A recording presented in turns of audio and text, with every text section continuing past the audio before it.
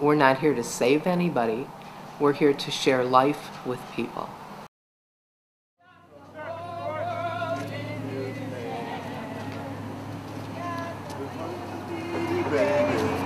In his hands, he's got the little bitty baby. In his hands, he's got the little bitty Sister Mary Margaret dubbed the north side our monastery garden, and we think she was pretty right on that. So when we occasionally take part in a prayer walk or to network with our others in the neighborhood and putting on peace dinners and so on, we don't feel like that's outside of our monastic contemplative life.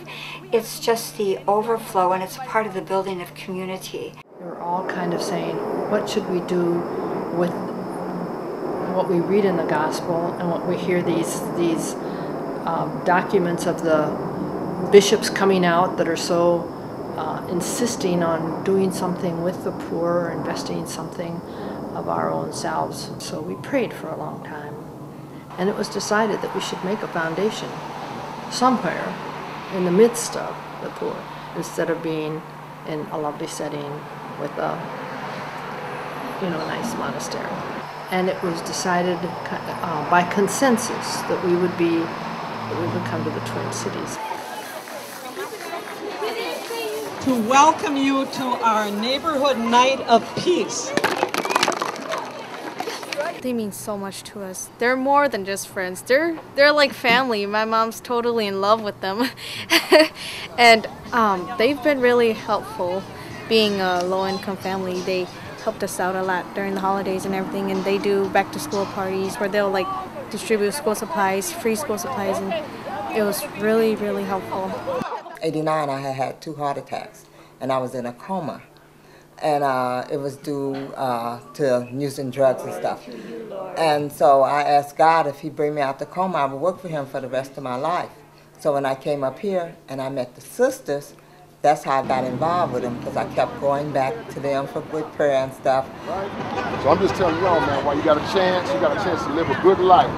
We're really comfortable with them, whereas we wouldn't be with anyone else. I mean, the Hmong people are usually kind of shy and just stick within the Hmong community, but it's not like that with them. And we speak to them of our religion, and we go to them with family problems too, and they help us out a lot. From the time I met Mary Frances, I knew we were going to be friends. Sister Catherine is the one that I kind of go to when I'm in crisis. Right, with Sister Mary Frances, that's my heart.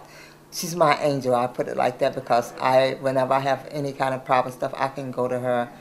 God used these sisters in my family's life during a very sad time, but also a very miraculous time. They feed me more than often. I think that's probably the key, that the faith that our neighbours have, it would just knocks me over sometimes, even in the most desperate situations that I think I just couldn't do it. I just couldn't do it.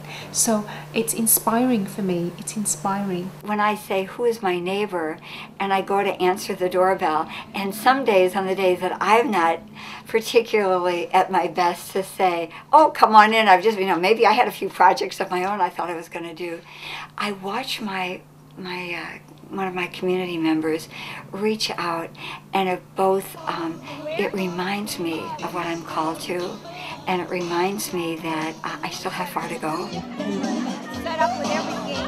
Oh, we're going to go to one of those.